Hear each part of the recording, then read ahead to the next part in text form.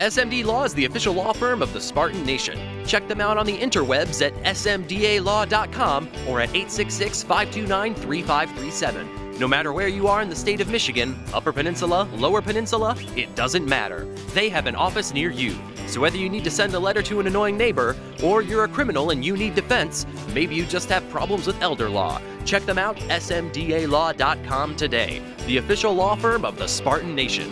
Call them first, then you act. Good evening, everybody, and welcome back, Spartan Nation. We now bring in the one, the only, the iconic wonder himself, the editor, publisher, and grand poobah of thespun.com, the best sports aggregate site on the web. I love it.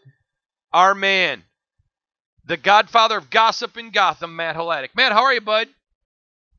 I'm doing great, Hondo. Always a pleasure to be on after a great weekend of football, too. Okay, I have got to tell you this. You know, the people, our fans love you, and they do, but on Sunday, I probably got 20 to 25 emails for people wanting me to get your assessment of the Michigan State game and then the Michigan game.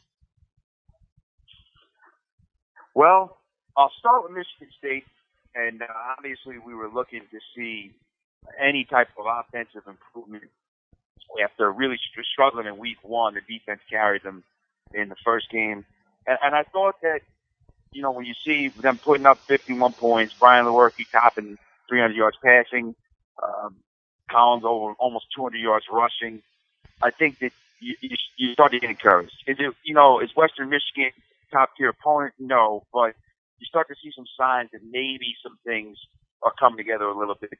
I think the next 2 weeks will be really telltale because Arizona State's 2-0.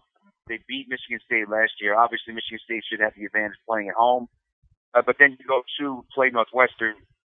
Ryan Field's always a really tough place to play. Northwestern usually has a stout defense. So now we'll move on to Michigan. And listen, I expected Army to give Michigan a game. It's never easy to defend that triple option. They really did the death by 1,000 paper cuts. They played Oklahoma tough last year. They've won 10 games a couple of years in a row. So I'm not surprised that Army hung in the game. I was a little bit, I was definitely surprised that Army took them to overtime, really had a couple opportunities to win the game. I think if you're a Michigan fan, you have to be concerned about a couple of things.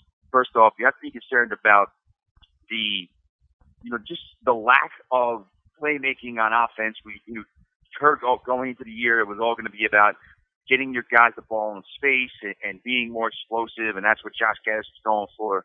And they seem to really struggle to be able to do that. The second thing you have to be worried about is turnovers, especially from your veteran quarterback. They nearly cost you the game. If you look in the first half, at halftime, Army was not running the ball, dashing Michigan. I think they had 31 carries for 109 yards. And when you look at that, that's not a great yards per carry rush. They just took advantage of turnovers. I agree. Matt, ESPN is already talking about two teams in the SEC getting in. It's almost like they're just a shill for them, isn't it? Well, listen, we know that the SEC gets pumped up a lot on ESPN. I do think that there's definitely a possibility if LSU continues to look this good and their only loss, is to Bama, or if LSU ever beats Bama and loses to Georgia in the title game, or if Georgia goes 12-0 and loses to Bama, that conversation is going to be there. So, while I think that they are definitely guilty of kind of pumping that league up a lot, I think that the conversation of the SEC getting two teams is something that I think we're going to be dealing with again this year. I think when you look at around the rest of the country, the Pac-12 is pretty much already eliminated from the playoff race, which is crazy to say after week 2. The Big Ten, I think, has a good chance to get a spot. The Big 12 has a good chance to get a spot, and Clemson is pretty much already locked in because I can't see anybody beating them. So, it's going to be 4 leagues for 4 spots, and the SEC may have a chance to beat out one of the other Power Fives to get a second team in. All right, good point. Now I want to switch to the new AP poll is out. Anything surprise you? When I looked at the AP poll. I wasn't too surprised checking it out. I think I expected a lot of what I saw. You know, I mean, the things that have surprised me through the first 2 weeks had just been a couple of the losses that teams have taken. You know, whether it was you know, Washington losing to Cal, or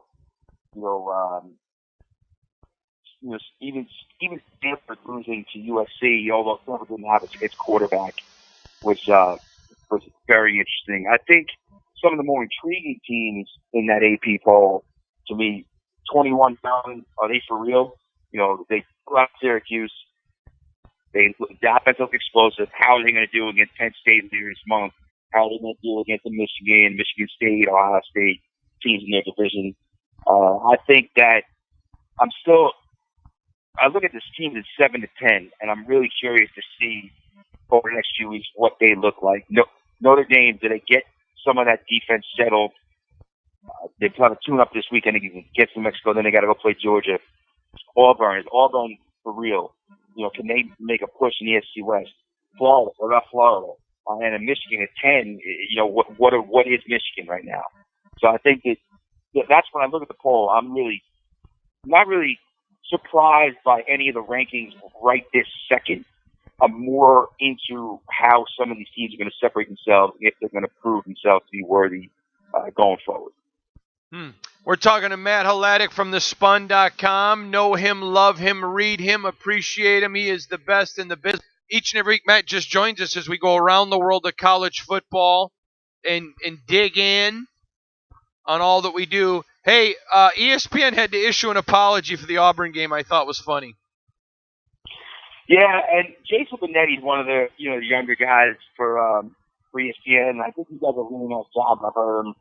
I don't know if he just didn't. I'm sure he knew the backstory, but during the Auburn game against Tulane the other day, the crowd spelled out "Rod for Rod," in his stands, and it was a sort of Rod Bramblett, the long-time Auburn announcer who was tragically killed in a car crash in the off season, and his wife as well. And Benetti made a joke about saying that they were, doing it for his partner on the broadcast, Rod Gilmore, and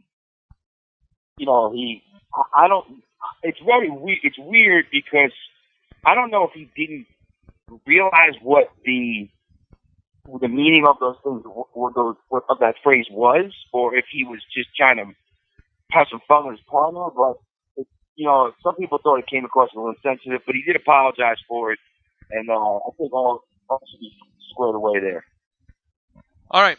Next, Adrian Martinez, which will be of interest to people in the Spartan Nation, had some stuff to say to his teammates after the loss. I thought this was fascinating. Well, we talked about some surprising losses, and I wasn't surprised that Nebraska lost to Colorado. I think I actually picked Colorado, but I was surprised the way it happened, blowing that big lead, this 17-point lead. But Adrian Martinez, there's one positive sign you want to see is he told his teammates after the loss, reportedly, to remember this feeling, he said. And, that's what you want to see from a leader. That's what you want to see from your quarterback. Nebraska, I still think they're a bowl team this year.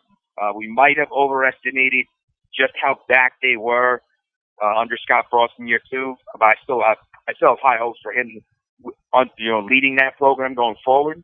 I think Nebraska's a bowl team, but I think in order to take that next step, these are games you have to close out. And, Adrian Martinez kind of issuing a little bit of a challenge to his teammates and motivating them by saying, remember this feeling, because we don't want to be in a situation again and ask, what happened. Well, let me say, don't say that we may have overestimated Nebraska, because I'm the one that said to you I still thought they were a year away. So let's just remember that. True. Well, I was kind of using maybe the collective, a lot of the media. I had them, I think, in the low 20s in my preseason poll, so perhaps that was a little too high. All right, let's get to the last one. Nick Saban called out the students after Saturday's game, and I 100% agree with him. I think it's a growing problem around college football, but when it happens at Alabama, then people realize it. Tell everyone about it. Yeah, this is something he's said before. He's talked about his fans. in particular in the student section, for not showing up to games. And, we look at Alabama's a machine. They're playing a non-conference game against New Mexico State. They can name the score, and they end up winning 62-10. So, listen, I was in college. I went to a school that had, at the time I was in college, Rutgers had a good football program. So, I know what it's like to be in school and you're more worried about maybe the tailgate, or you're more worried about what you're doing after the game itself. So I understand where those colleges are coming from, but I also understand where Saban comes from. He wants to see the stadium filled up. He doesn't want it to look like fans are disinterested in any games, even if it's a game that they're going to win big. But it is a growing problem, and it's something. The attendance issues in college football are real, and they're nationwide. It's not just for teams that aren't very good. Even the elite of the elite are experiencing them, and I think that there's a multitude of factors that go into why attendance might be down, or why fans are choosing to consume football not necessarily in person but on their own time. And I think that's worth a whole segment, maybe even a whole episode of this radio show. I'll tell you what, we'll get in that at another time because I want to get into that with you. He's the great Matt Hladic going around the world of college football.